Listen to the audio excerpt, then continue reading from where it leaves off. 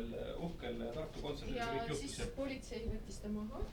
Ja siis ma filmisin seda.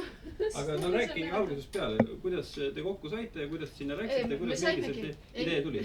Me saimegi, seda ma ei oska kahjuks öelda. Me saime siis kokku, kui juba politsei ta maha võttis, nagu võttis ta täide isikuandmeid ja siis ma lihtsalt nägin, Meelis. Ma läksin ligi ja vaatasin, Meelis tundis ka mind ilusti ära, et me nagu tuttavad ja niimoodi.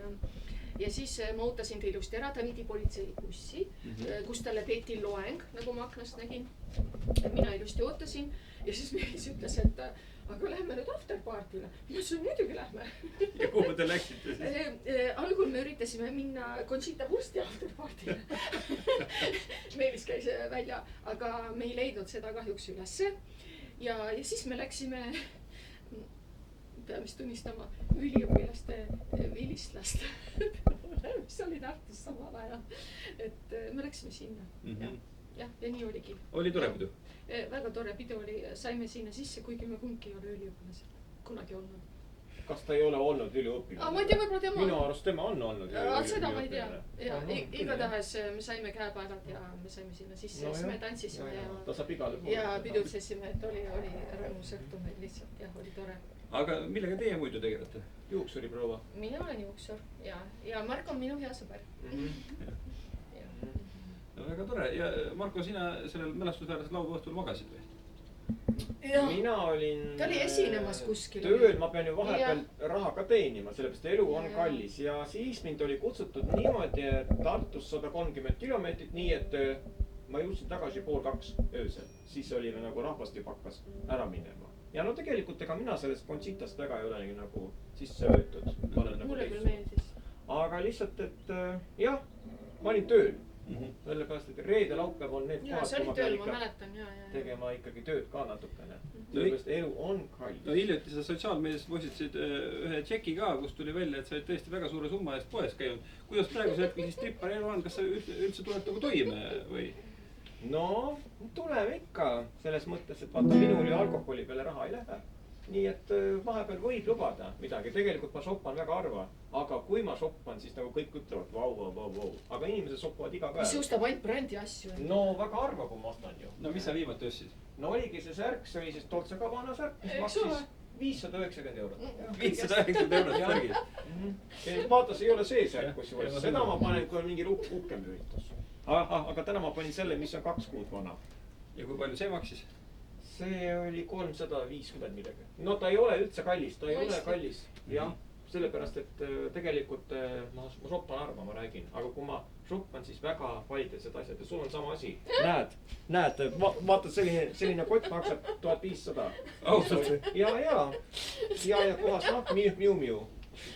Jah. Ma sain selle sekundist, et selles suhtes. Ja te ei käinud 1500 € välja? Ei. Aga sa ütlesid mulle ikkagi küllaltki kalli hinna. Ja, no ta oli jah ikka üle 100 selles suhtes. No siis sa said ikkagi väga odav. Selline kott muidu maksab kuskil. Ja ma tean, see vintage.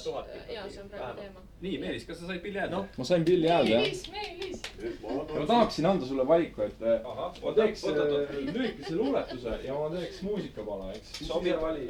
Mina valiks mõlemad on ju. Kõigepealt siis räägiks natukene oma keskkooli kirjanduse õpetajast Helgi Teringust, kes üritas meile igasuguseid asju külge nakatada teatriringist kuni mingisuguse kirjanduseni. Mind see toona väga ei huvitanud, demonstratiivselt seal kirjutasin ei huvita ühelauselisi kirjandeid aga Helgi ikkagi väga armastas meid ja alles hiljem ma sain siis teada, et teda oli siis Nõukogude aja, võitle mitte lõpus, aga 80. aastal Miina Härma gümnaasiumist siis jõhkralt vallandatud, kuna ta seal propageeris loomade farmi ja muud sellist keelatud kirjandust. Ja võib-olla siis olin ka päris hästi üllatunud, kui olin siis vilistlasena, meil olid seal korüfeed nagu Priidu Beier, et valisime mingeid luuletusi almanahhi ja siis üks neiu kandis ette minu luuletuse, et see oli selline uhke tunne. Oot, kas mul on see meeles äkki? Suhtelisus sõna on, mis mind haarab aina, sõnakõlks, mis tunnetuse ääremaile viib. Olen loom või inimene, mõttegi siis painab, olen hoom või elus, olen ingel, kus mu tiib. On see tusk või sunnitus, mis mind üle öötab? Kurat, ma ei mäleta praegu. Aga ma olen luulega tegelenud. Ja alati siis ja ühe asja küll mul meenub keskkoolist, et pidime tegema siis lemmikluuletest referaadi ja mina tegin Johannes Vares Barbarusest. Jällegi puhtalt luule põhjal ja see ei ole Eestis hästi palju levinud, et see on tema viimane luuletus, mida ta kirjutas 9. mail 1946, ütleme mõni kuu enne seda, kui ta midagi taga juhtus, eks. Ma tervitan sind tuttav metsas üle, nüüd kus on möödunud tormid, rajuropsud, kus tuuled laastavad on käinud ladvust üle, kus raeva lõõtsunud ka sinu kopsu. Näib mulle täna puhkepäev siin püha, kus kunagi iil vilistavalt vingus, nüüd meeli rahustavalt hõljub okste müha, mu ümber vaikselt, see on sinu hingus. Ma tervitan sind, laante laiuv lembus, su juurde tulles sisemises rahus, kus mulle avatud su roheline embus, üks teisest, kes me kaua olnud lahus. Su juurde tulen nagu ema rüppe, ei iial solva, õrnalt meeli paitad, vaid väsin meeleheites, kui teeks järsu hüppe, siis üksindusest sa mind välja aitad. No, igaüks saab lugeda kogu Johannes Barbaruse luuletusi. See on minu kogu, aga Barbarus luuletus Vares. Et noh, paneb ju tapma tegelikult, et mis me kõik siin üle oleme elanud siin planeedil ja kodumaal samamoodi, et nukker pisut. Nii, ja laulad ka? Ma teeme siis väikse kitarriproovi pigem, et kõik eksprompt sinu jaoks, Taavi, et no ikka, kelle jaoks siis veel? Oleme, meil on üks suur kirg, et ja tere vaatajate jaoks. Meil on üks suur kirg, Taavi, et ühine, et mis sa arvad, mis see on, et Ma ei tea, mis on. meid mõlemaid erutab jõhkralt teine Eesti, et see on nagu, mis toob, kui sa küsid, mis toob leiva lauale, siis see ju on see, et ja viib isegi mõne mehe parlamenti, ma ei tea küll, kas sul on selliseid mõtteid? Mul hetkel ei ole küll koos olla. Ops, oi, vabandust. Kallis kott, 1200 eurot. See on sinu kott. Ja see on minu. See maksis. Tema on kallis ja. Kaubamajast ostetud.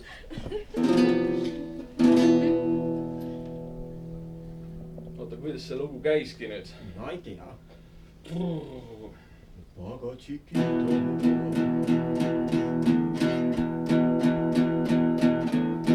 lastetoetus on me lootus, et mitte hookus-pookus, vaid õigustatud ootus.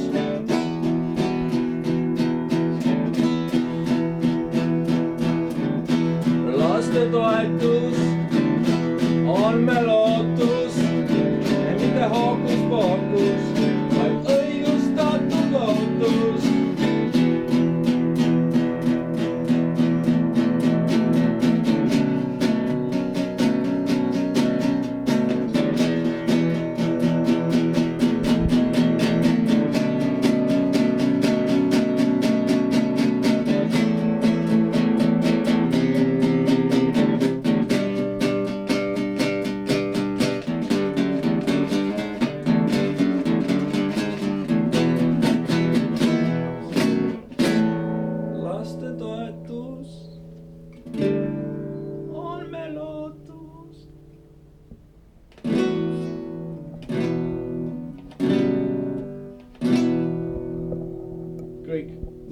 See on sinu enda looming.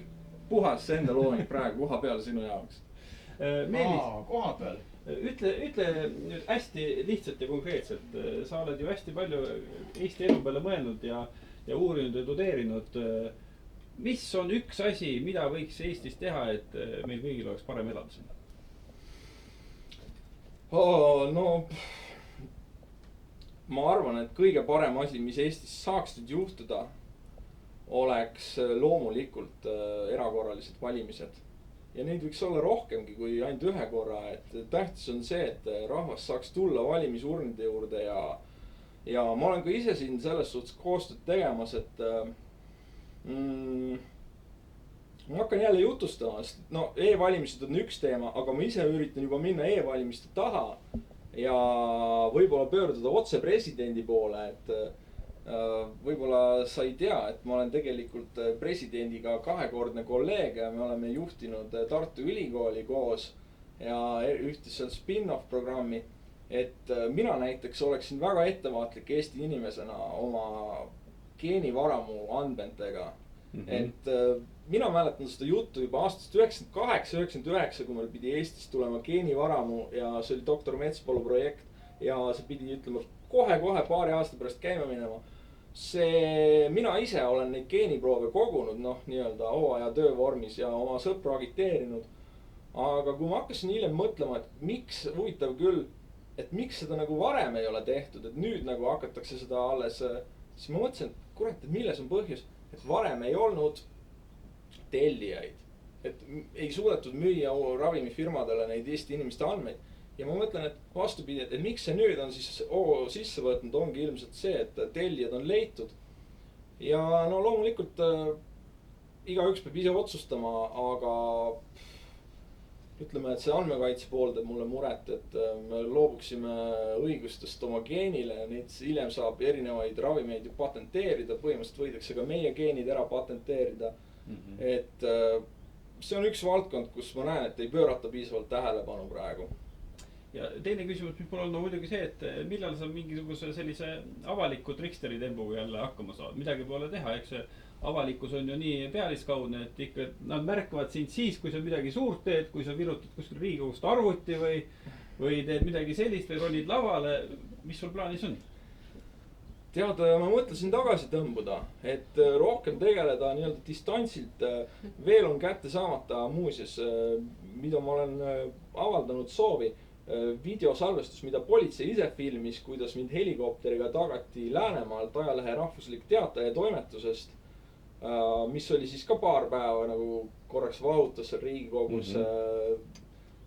Suur tänu, EKRE saadikud mõned juhtivad seal perekonnast pärisid aru ja sinna see nagu jäi. Ma üritan neid kätte saada, teha Reijo abiga väikse filmi sellest ja kindlasti ka oodake raamatut sellest Südamega vangipõlvest, mis alles ootab paberile panemist. Ühesõnaga selliseid suuri aktsioone sa enam ei plaani?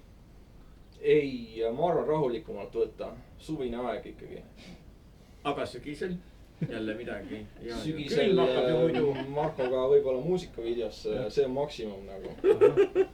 Kuule ja ma täna filmisin teda juba kusjuures enne. Ja mul tuleb ju varsti mingisugune video jälle välja. Tuleb jah? Ja TikToki sõltlastest. Et nagu inimesed on täiesti TikToki sõltlased on ju. Aga ja. No Marko, sina ka ju tegelikult hästi palju näed Eesti elu ja Eesti inimesi ja suhtled kas või sotsiaalmeedias nendega, et kuidas sulle tundub, kuidas see elu praegu Eestis on ja mis võiks olla teisiti?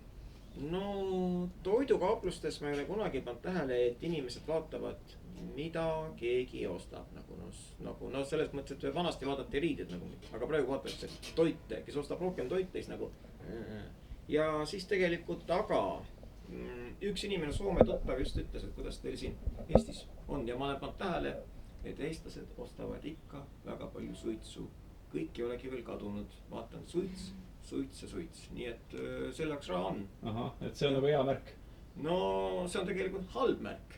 Aga selles mõttes, et kõik ei olegi veel nii hull, kui on ju sellise asja jaoks raha tegelikult. Ja siis nagu mõeldakse, miks on tervis halb.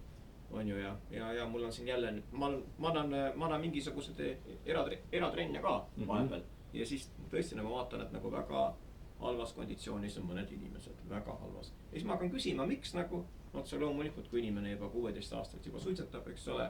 Ja siis see ülekaal, et nad natuke jooksevad, siis hakkab kand valutama neil ja kusjuures päris tõsiselt, mitte et ta ei jõua joosta, vaid oligi niimoodi, et inimene lonkas mu seal videos nagu.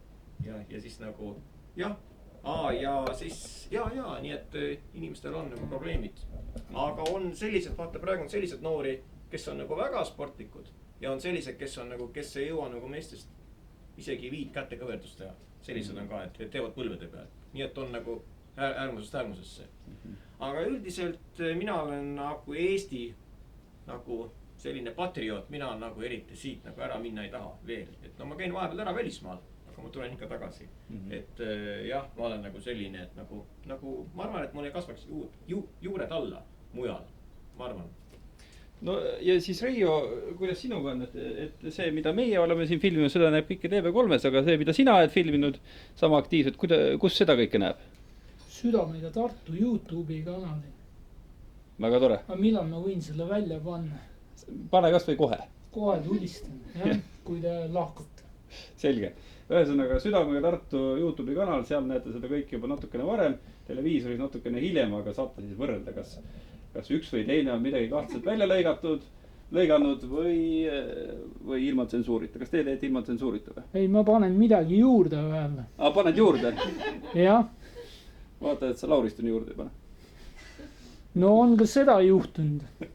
Okei. Väga tore. Kuule super, kas väike viskiraund või olete autoga? Me oleme autoga, jah. Mul on tegelikult tort. Aga äkki filmid, kui me pakume torti köögis? Ja, kui teil nii kiire. Torti võib ikka, jah. Taustakaader väike. Tubli, kõik teie ka siis. Siis võib torti. Sul ei ole see köök ju niivõrd suur või on või? Ma panen seda Poni M-i kusjuures. Pane Poni M-i, jah.